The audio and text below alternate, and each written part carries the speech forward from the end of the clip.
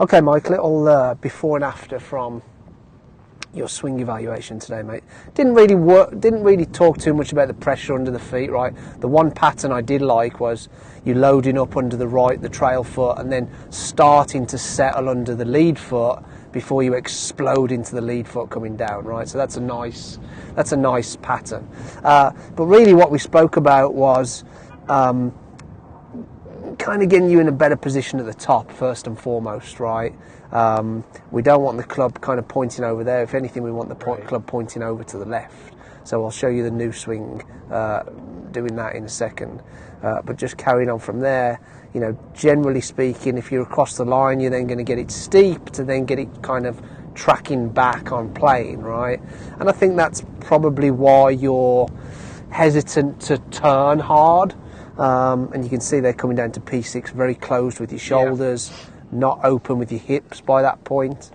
And then you eventually reroute the club and get it under the plane, so that you're coming too far from the inside and shallow, right? There's your miss hits, and definitely there's your ones which kind of over curve.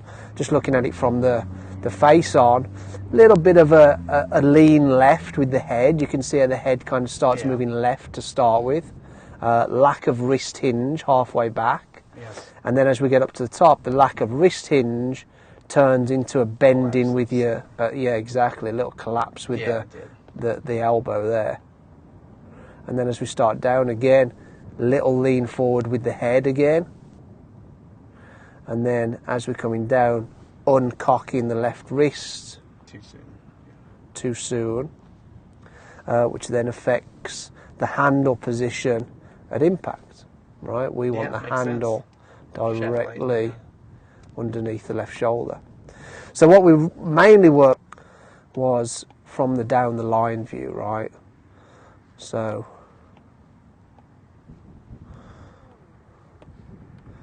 there's the top of your swing before. Here's your top of the swing, thinking about keeping this club head behind your hands, right? Halfway back, keep it behind your hands, just complete the turn. There you go. That's so much better. So the club doesn't have to be in line there, because it's still... Yeah, the more you turn, the more it will start to point down the target line. Yeah. What I want you to feel, however, is halfway back here, right? Because your pattern is getting the club over there. So it definitely came down there. You've got to feel like this club head is always behind your hands over here, right? This side. It doesn't necessarily have to be where that initial line is right? No. The more you turn, the more it will start to point more down the target line. Right. Okay, that looks a lot better. But you can see, even when you get up to the top, the club head is still behind your hands. Yes. It's not across the line like it was before. Right. So from there, then we can work on turning more, coming down. The club stays on plane, look. That's not bad right there.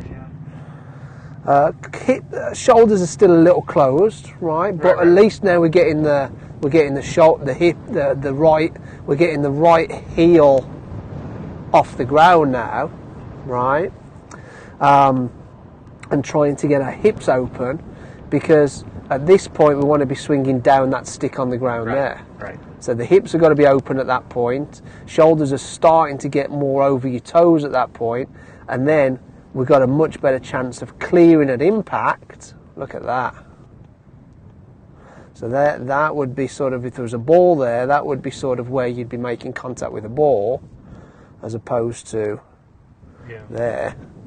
So there, shoulders and hips are open, and from there, then before your club come out through your left ear, now your club's going to come out underneath your left shoulder. That looks a little better, doesn't it? So that's a much better move, right? Just keeping it all on plane. Look where the club's coming out, parallel to the red line where we started. Not up here. I can work on that just in a